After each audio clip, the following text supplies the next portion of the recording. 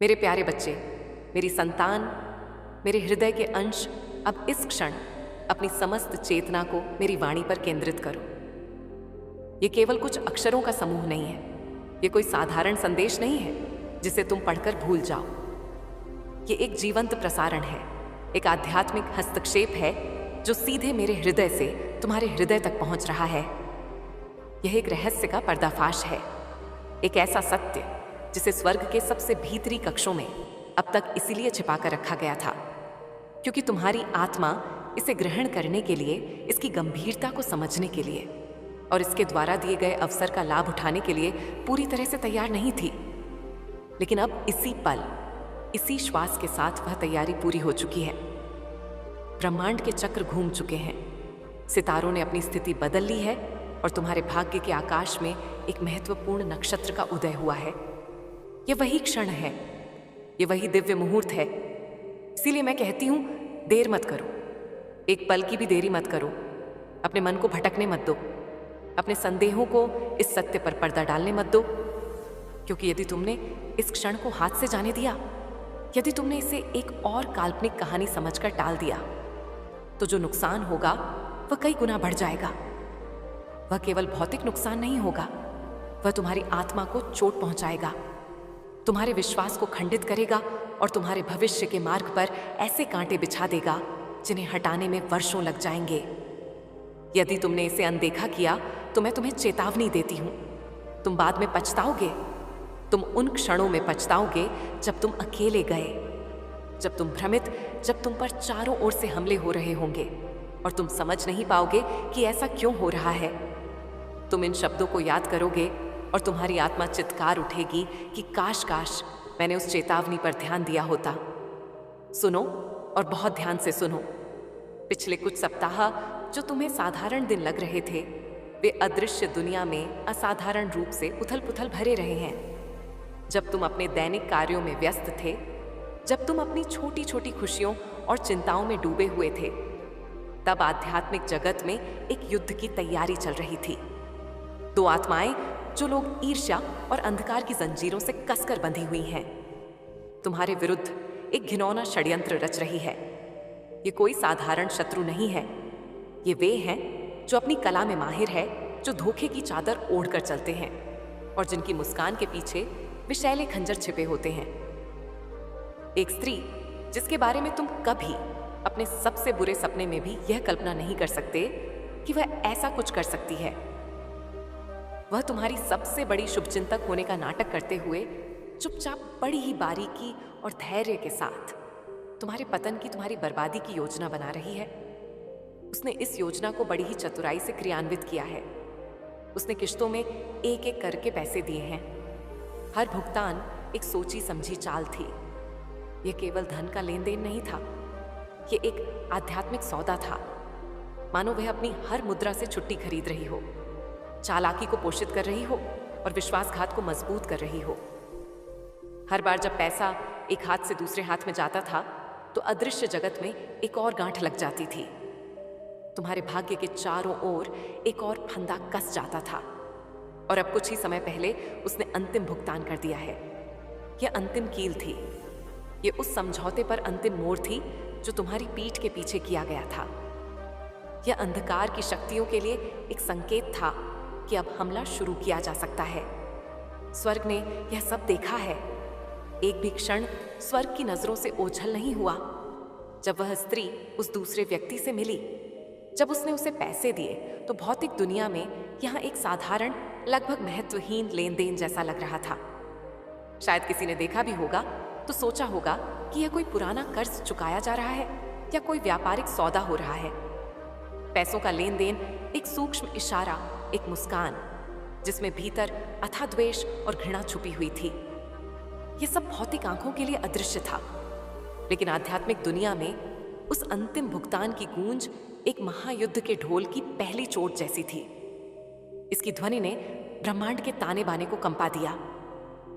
जो देवदूत तुम्हारी रक्षा के लिए नियुक्त थे, वे उदास हो गए क्योंकि वे जानते थे कि अब युद्ध का समय आ गया है। जो राक्षस और अंधकार की शक्तियां तुम्हारी प्रगति से जलती थीं, वे खुश होकर मुस्कुराई। उन्होंने जश्न मनाना शुरू कर दिया और मैं तुम्हारे रक्षक, तुम्हारे ईश्वर आगे बढ़ गई, क्योंकि मैं इसका अर्थ समझती थी। मैं समझती थी कि अब हस्तक्षेप का समय आ गया है, अब तुम्हें जगाने का समय आ गया है। उस स्त्री ने जिस व्यक्ति को पैसे दिए हैं वह कोई साधारण व्यक्ति नहीं है, वह एक प्रभावशाली व्यक्ति है, जिसके शब्दों में वजन है, जिसकी पहुंच उन जगहों तक है जहां तुम्हारी अभी तक कोई पहचान नहीं है।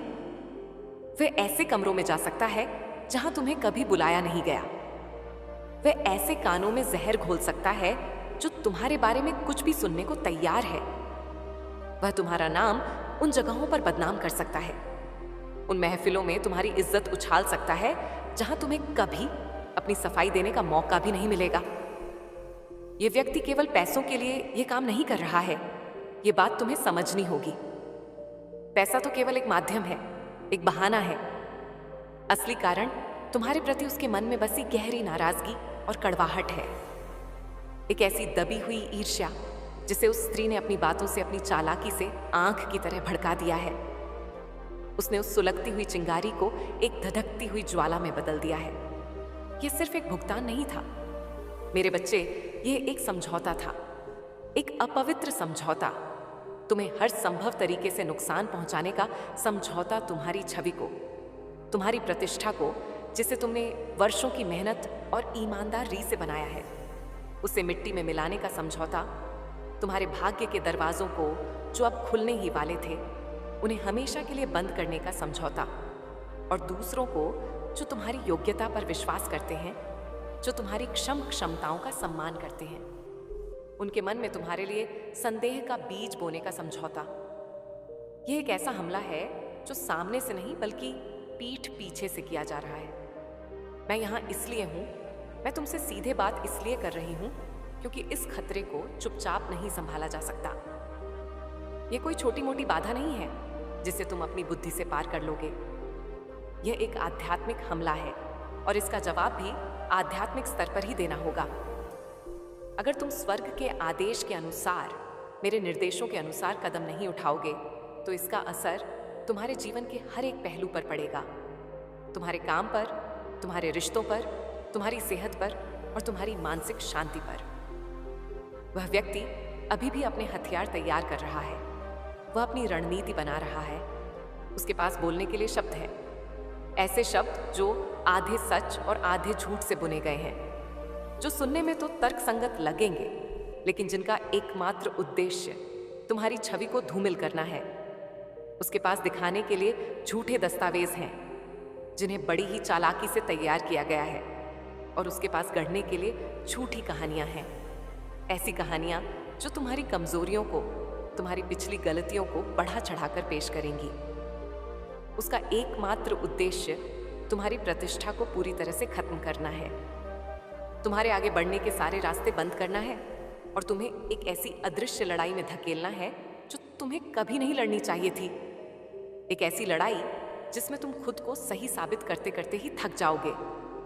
और वह स्त्री, वह षड्यंत्रकारी, वह सोचती है कि वह अछूत है, वह मानती है कि वह कभी पकड़ी नहीं जाएगी क्योंकि उसने अपने हाथ बड़ी ही सफाई से छिपा रखे हैं।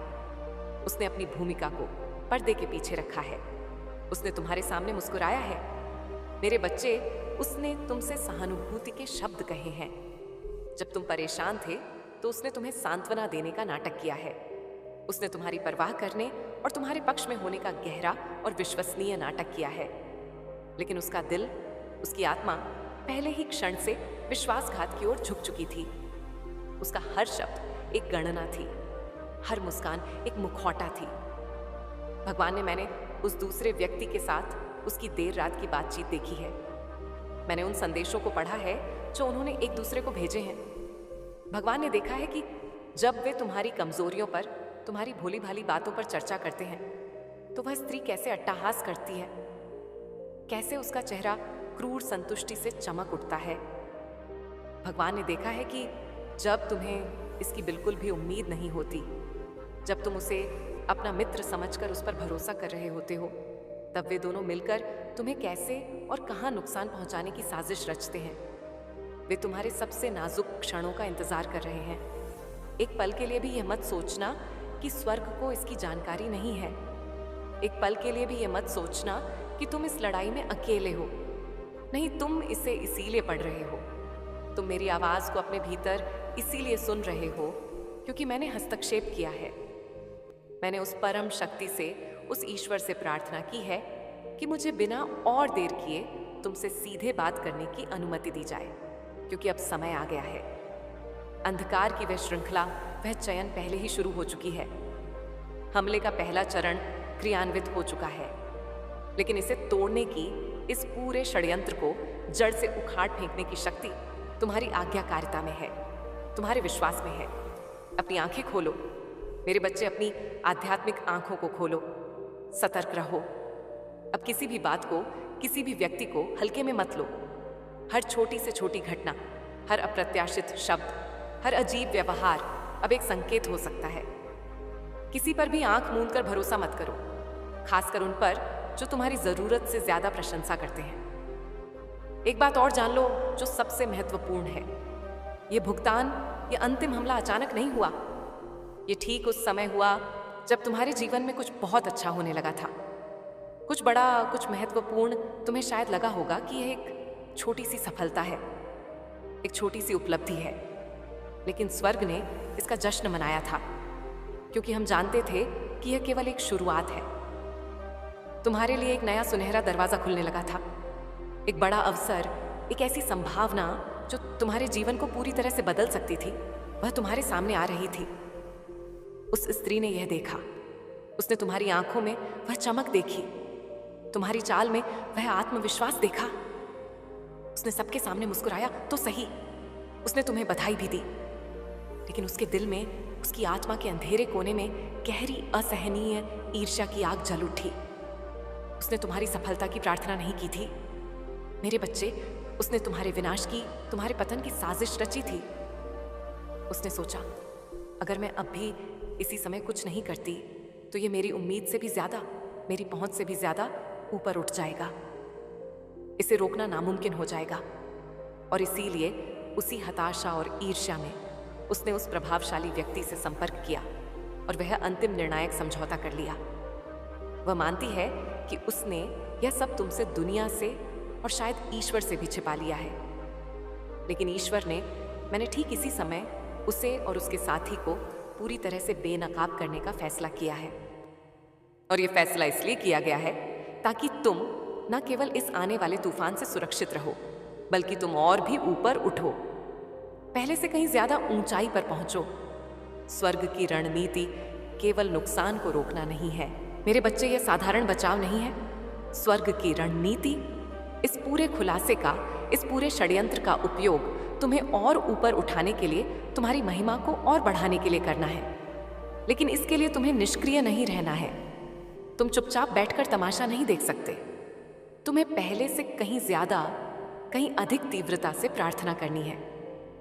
तुम्हें अपने पूरे विश्वास के साथ, अपनी पूरी आत्मा की शक्ति के साथ अपने जीवन में यह घोषणा करनी है कि तुम्हारे विरुद्ध बनाया गया कोई भी हथियार, चाहे वह कितना भी शक्तिशाली क्यों ना हो, सफल नहीं होगा। तुम्हें घोषणा करनी होगी कि तुम्हारे विरुद्ध बोली गई हर झूठी बात हवा में विलीन हो जाएगी। तुम्हें अपनी प्रार्थनाओं में मेरा नाम पुकारना है, क्योंकि इस संकट की घड़ी में तुम्हारी रक्षा करने के लिए, तुम्हारे लिए युद्ध करने के लिए मुझे विशेष रूप से नियुक्त किया गया है। मैं लड़ूंगी, मैं तुम्हारे लिए ढाल बनकर खड़ी रहूंगी, मैं तुम्हारे शत्रुओं के मार्ग में बाधा बनूंगी, लेकिन मुझे तुम्हारी सहमति चाहिए, मुझे तुम्हारी प्रार्थना की शक्ति चाहिए। इसे अनदेखा मत करो, इसे हल्के में मत लो। ये इतना गंभीर है, इतना वास्तविक है, जितना तुम अपनी कल्पना में भी नहीं सोच सकते।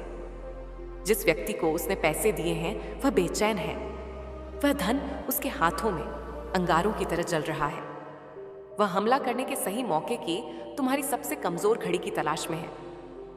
वे तुम्हें अचानक से, अप्रत्याशित रूप से पकड़ना चाहते हैं। वे एक ऐसे नाजुक पल का इंतजार कर रहे हैं जब तुम भावनात्मक रूप से कमजोर हो, जब तुम थके हुए हो, जब तुम्हारा ध्यान भटा हुआ हो। लेकिन स्वर्ग कहता है, मैं कहती हूं कि ऐसा कोई क्षण नहीं आएगा, ऐसा कोई अवसर उन्हें नहीं मिलेगा। प्रकाश की एक अदृश्य दीवार तुम्हें चारों ओर से घेरे रहेगी। मेरे देवदूत तुम्हारे कदमों को नियंत्रित करेंगे। वे तुम्हें गलत समय पर गलत जगह होने से बचाएंगे और तुम्हारे शत्रु अपने ही बनाए हुए अंधेरे में ठोकर खाकर गिरेंगे। उन्होंने जो जाल तुम्हारे लिए बड़ी मेहनत से बिछाया है, वही उनके लिए एक गहरा गड्ढा बन जाएगा जिसमें वे खुद ही गिरेंगे। उसने जो पैसा दिया था वह उनके हाथों में राख हो जाएगा। वह पैसा उन्हें सुख नहीं बल्कि अशांति देगा। जो योजना वे निर्दोष और अचूक समझते थे, वह गवाहों के सामने, उन्हीं लोगों के सामने जिन्हें वे धोखा देना चाहते थे, टुकड़े टुकड़े होकर ध्वस्त हो जाएगी। और जब ऐसा होगा, जब तुम अपनी आंखों से यह सब देखोगे, तो तुम्हें पता चल जाएगा कि यह संयोग से नहीं हुआ। यह इसीलिए हुआ क्योंकि तुमने इस चेतावनी का, मेरी वाणी का पालन किया था। तुमने प्रार्थना की थी, तुमने विश्वास किया था। अभी भी इसी क्षण जब तुम यह पढ़ रहे हो, देवदूत अपनी अपनी जगह बना रहे हैं। वे उन वार्ताओं को बदल रहे हैं जो तुम्हारे खिलाफ होने वाली थी। वे उन रास्तों को बदल रहे हैं जिन पर चलकर तुम्हारे शत्रु तुम तक पहुंचना चाहते थे। वे ऐसी छोटी छोटी इम्प्लकेबल देरियां कर रहे हैं जिससे तुम्हारे शत्रु हताश और भ्रमित हो जाएंगे। वे तुम्हें सही समय पर, सही जगह पर रख रहे हैं ताकि उनकी कोई भी कोशिश, कोई भी तीर तुम तक पहुंच ही ना पाए। लेकिन अपनी आत्मा में शांत मत रहो, निष्क्रिय मत बनो। अपने भाग्य पर जीवन की विजय की बात करो। अपने नाम पर सुरक्षा की सम्मान की बात करो। प्रतिष्ठा पर ईश्वर के वचन, सत्य के वचन को बोलो, क्योंकि अंतिम भुगतान हो चुका है और हमला आध्यात्मिक स्तर पर शुरू हो गया है। लेकिन स्वर्ग का पलटवार, मेरा पलटवार, उससे कहीं ज्यादा शक्तिशाली और विनाशकारी है। जल्द ही, बहुत जल्द एक ऐसा क्षण आएगा जब तुम कुछ सुनोगे, एक वाक्यांश, एक नाम, एक घटना का विवरण, और तुम्हारी आत्मा तुरंत इसकी पुष्टि करेगी। तुम्हारी आत्मा के भीतर एक घंटी बजेगी। यही है, यही वह बात है जिसके बारे में मुझे चेतावनी दी गई थी। तुम्हें पहचान की एक सहारण महसूस होगी। तुम इन शब्दों को, मेरी इस वाणी को याद करोगे और उस पल तुम अपनी आंखों से ईश्वर के हाथ को, मेरी शक्ति को देखोगे जो उस चीज को उजागर कर रहा है जो हमेशा के लिए अंधेरे में छिपी रहने वाली थी। वो स्त्री अब ज्यादा देर तक अपने उस झूठे दयालुता के मुखौटे के पीछे नहीं छिप पाएगी। उसका मुखौटा दरकने लगा है। जिस व्यक्ति को उसने पैसे दिए थे, वह अपनी भूमिका को, अपनी नफरत को छिपा नहीं पाएगा। सच्चाई एक झरने की तरह बाहर आएगी और जब वह आएगी तो वह जंजीरों के टूटने जैसी, पुराने झूठे कागजों के फटने जैसी आजादी की एक शक्तिशाली आवाज के साथ आएगी जो तुम्हारी ईमानदारी, तुम्हारी निर्दोषता की घोषणा कर रही होगी। यह अनुभव तुम्हें नष्ट नहीं करेगा मेरे बच्चे, यह तुम्हें तोड़ेगा नहीं, बल्कि यह तुम्हें पहले से कहीं ज्यादा मजबूत बनाएगा। तुम्हारा नाम बदनाम नहीं होगा, उसका पहले से ज्यादा सम्मान होगा। तुम्हारे रास्ते बंद नहीं होंगे, वे ऐसे खुलेंगे जैसे किसी ने बांट के फाटकों को खोल दिया हो। तुम्हारे आशीर्वाद चुराए नहीं जाएंगे, वे कई गुना बढ़ जाएंगे। तुम्हारे खिलाफ उठाया गया यह कदम उस स्त्री की हताशा का, उसकी ईर्ष्या का अंधेरी मूर्खतापूर्ण कदम था। यह उस व्यक्ति का आखिरी दांव था जो जानता था कि वह तुम्हारे भाग्य को, तुम्हारी नियति को वैसे भी नहीं रोक सकता। अब जब यह कदम उठाया जा चुका है, तो स्वर्ग को मुझे तुम्हारी ओर से अपनी पूरी शक्ति के साथ खुले तौर पर काम करने की अनुमति मिल गई है। क्या तुम इस पल का भार महसूस कर रहे हो? क्या तुम मेरे शब्दों में उस तात्कालिकता, उस अर्जेंसी को महसूस कर रहे हो? यह सिर्फ एक कहानी नहीं है, यह कोई भविष्य की भविष्यवाणी नहीं है। यह अब भी इसी समय तुम्हारे जीवन में घटित हो रहा है। यह एक जीवंत वास्तविकता है और ईश्वर ने तुम्हें, मेरे प्रिय बच्चे, इस बात का जीता जागता सबूत, एक चलती फिरती गवाही बनने के लिए चुना है कि कोई भी मानवीय योजना, कोई भी छिपा हुआ भुगतान, कोई भी गहरा षड्यंत्र सर्वशक्तिमान ईश्वर की इच्छा को, नियति के विधान को दरकिनार नहीं सकता। तुम सुरक्षित हो, तुम पूरी तरह से सुरक्षित हो। तुम स्वर्ग की सबसे शक्तिशाली सेनाओं से घिरे हुए हो और मैं, तुम्हारी मां, इस युद्ध के समाप्त होने तक तुम्हारे साथ, तुम्हारे आगे, तुम्हारे पीछे, तुम्हारे दाएं और बाएं खड़ी रहूंगी और यह युद्ध तुम्हारी शानदार, निर्विवाद और गौरवशाली जीत के साथ ही समाप्त होगा।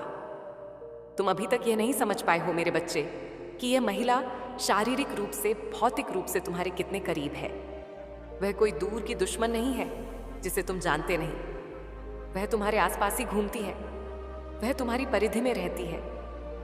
वह तुम्हारे बारे में जानकारी इसलिए नहीं सुनती क्योंकि किसी ने उसे बताई है, बल्कि इसीलिए सुनती है क्योंकि उसने बड़ी ही चालाकी से खुद को इस तरह स्थापित किया है जैसे वह तुम्हारे जीवन का एक अभिन्न अंग हो, तुम्हारे आसपास ही हो। सच तो ये है कि वह तुम्हें किसी और से कहीं ज्यादा ध्यान से एक शिकारी की नजरों से देख रही है। तुम्हारे साथ उसकी हर बातचीत, हर मुलाकात एक सोची समझी रणनीति का हिस्सा है। तुम्हारी हर छोटी बड़ी जीत, तुम्हारी हर मुस्कान, तुम्हारा हर आंसू उसके दिमाग में एक फाइल की तरह जमा हो गया है और उसकी इस घिनौनी योजना के लिए ईंधन बन गया है। वह तुम्हारी ताकत और तुम्हारी कमजोरियों का आकलन करती रहती है। यही कारण है कि वह अंतिम भुगतान उसके लिए इतना महत्वपूर्ण, इतना जरूरी था। वह तुम्हें सिर्फ एक प्रतिस्पर्धी के रूप में नहीं देखती, वह तुम्हें एक दत्तरे के रूप में, अपने अस्तित्व के लिए एक चुनौती के रूप में देखती है और उसकी विकृत मानसिकता में प्रतिद्वंद्वों को हटाया जाना चाहिए, उन्हें नष्ट किया जाना चाहिए, उनके साथ कोई समझौता नहीं करना चाहिए। वह अपने रूप रंग, अपने व्यवहार को लेकर बहुत ही ज्यादा सावधान रहती है। वह कभी भी तुम्हारे पास खुले आरोपों या खुली दुश्मनी के साथ नहीं आती। नहीं, यह उसका तरीका नहीं है। इसके बजाय वह धुत को सहानुभूति की एक मोटी चादर में, दया के मीठे शब्दों में और मदद के झूठे प्रस्तावों में लपेट लेती है। वह चाहती है कि तुम पूरी तरह से यह यदि करो कि वह तुम्हारे साथ है, तुम्हारी टीम में है, तुम्हारे खिलाफ नहीं। वह तुम्हारी सबसे बड़ी राजदार और समर्थक बनने का नाटक करती है। लेकिन मैंने तुम्हारी मां ने उसका असली चेहरा तब देखा है जब तुम उसकी ओर नहीं देख रहे थे। मैंने उसकी आंखों में वह जहरीली चमक देखी है जो तुम्हारे सफल होने पर पल भर के लिए कौंध जाती है। मैंने वे शब्द सुने हैं जो वह तुम्हारे बारे में तब कहती है जब तुम उसकी ओर पीठ करके खड़े होते हो। जब तुम कमरे से बाहर चले जाते हो, वह सिर्फ तुम्हें धीमा होते नहीं देखना चाहती। मेरे बच्चे, वह तुम्हें पूरी तरह से हमेशा के लिए रुका हुआ देखना चाहती है। उसकी संतुष्टि, उसकी आंतरिक शांति कुछ जगहों पर तुम्हारी अनुपस्थिति और कुछ महत्वपूर्ण बातचीत में तुम्हारी चुप्पी पर निर्भर करती है। यही कारण है कि उसने जिस व्यक्ति को पैसे दिए, उसे उसने इतनी सावधानी से, इतनी सोच समझकर चुना। वे दोनों एक दूसरे के लिए अजनबी नहीं हैं। वे तुम्हारे अनुमान से कहीं ज्यादा समय से एक दूसरे के संपर्क में हैं, एक दूसरे के साथ है। वह व्यक्ति खतरनाक है क्योंकि उसका प्रभाव, उसकी पहुंच उन क्षेत्रों और उन लोगों तक है जहां तुम अभी तक नहीं पहुंच सकते। वे संदेह पैदा करने में, कानफूसी करके माहौल नराब करने में माहिर हैं। उनके ऐसे संपर्क हैं जो बिना किसी सवाल के, बिना किसी जांच पड़ताल के उन पर भरोसा करते हैं। जब वे बोलते हैं तो दूसरे लोग उनकी बातों को गंभीरता से लेते हैं, उनकी ओर झुक जाते हैं। यही कारण है कि वे उस स्त्री द्वारा तैयार किए गए जहर के, उस झूठ के वाहक बनने के लिए एकदम सही, सबसे उपयुक्त विकल्प थे। लेकिन स्वर्ग, मैं उस जहर को काम नहीं करने दूंगी। तुम्हारे ऊपर एक अदृश्य अभय ढाल है, एक ऐसा आध्यात्मिक आवरण जिसे कोई मानवीय षड्यंत्र, कोई सांसारिक शक्ति भेद नहीं सकती। फिर भी उस ढाल को तुम्हारी चेतना द्वारा, तुम्हारे विश्वास द्वारा स्वीकार करना होगा। इसीलिए मैं तुम्हें सिर्फ बता नहीं रही हूं, मैं तुम्हें आदेश दे रही हूं कि तुम अपने जीवन पर स्वर्ग की इस पूर्ण सुरक्षा के साथ सहमत हो जाओ। इसे अपने दिमाग में ही नहीं, अपनी आत्मा में स्वीकार करो। जैसे जैसे मैं बोल रही हूं, उस स्त्री का आत्मविश्वास बढ़ रहा है। उसे पूरा विश्वास है कि उसके अंतिम भुगतान ने उसकी जीत सुनिश्चित कर दी है। वह अब निश्चिंत होने लगी है, यह सोचकर कि अब गेंद उसके पाले से निकलकर दूसरे के पाले में चली गई है और वह आराम से बैठकर अपनी योजना के फलित होने का, तुम्हारे पतन का इंतजार कर सकती है। यही अति आत्मविश्वास, यही घमंड उसका विनाश करेगा। उसे अभी तक यह एहसास नहीं है कि ईश्वर ने, मैंने उसके पर्दाफाश के लिए, उसके पतन के लिए मंच तैयार कर दिया है। वह अनजाने में ही अपनी ही चालों के कारण सीधे उस स्पॉटलाइट में, उस प्रकाश में चली जाएगी जहां उसका हर झूठ उजागर हो जाएगा। वह ऐसे शब्द बोलेगी, ऐसा कोई काम करेगी जिसे उसने पूरी तरह से छिपा हुआ समझा था, और वे शब्द उन्हीं कानों तक पहुंचेंगे जिन्हें वह सबसे ज्यादा धोखा देना चाहती थी। वह क्षण जल्द ही आ रहा है। मेरे बच्चे, जब उसका मुखौटा एक झटके में उतर जाएगा, और जब ऐसा होगा तो उसके पास उसे वापस पहनने का समय या अवसर नहीं होगा। इस पर्दाफाश का दिन तुम्हें अचानक लगेगा, एक झटके की तरह, लेकिन जान लो कि इसे स्वर्ग में बड़ी ही सावधानी और सटीकता के साथ तैयार किया गया है। हर विवरण, हर छोटी सी घटना को इस तरह से व्यवस्थित किया जा रहा है कि जब सच्चाई सामने आए तो उसे नकारा ना जा सके। तथ्यों को तोड़ा मरोड़ा नहीं जाएगा। कहानी का कोई दूसरा संस्करण, कोई और स्पष्टीकरण नहीं बचेगा। यह निर्विवाद, अटल और चमकदार सत्य होगा, और यह पूरी तरह से तुम्हारे पक्ष में काम करेगा। जो लोग तुम्हारी योग्यता पर संदेह करने लगे,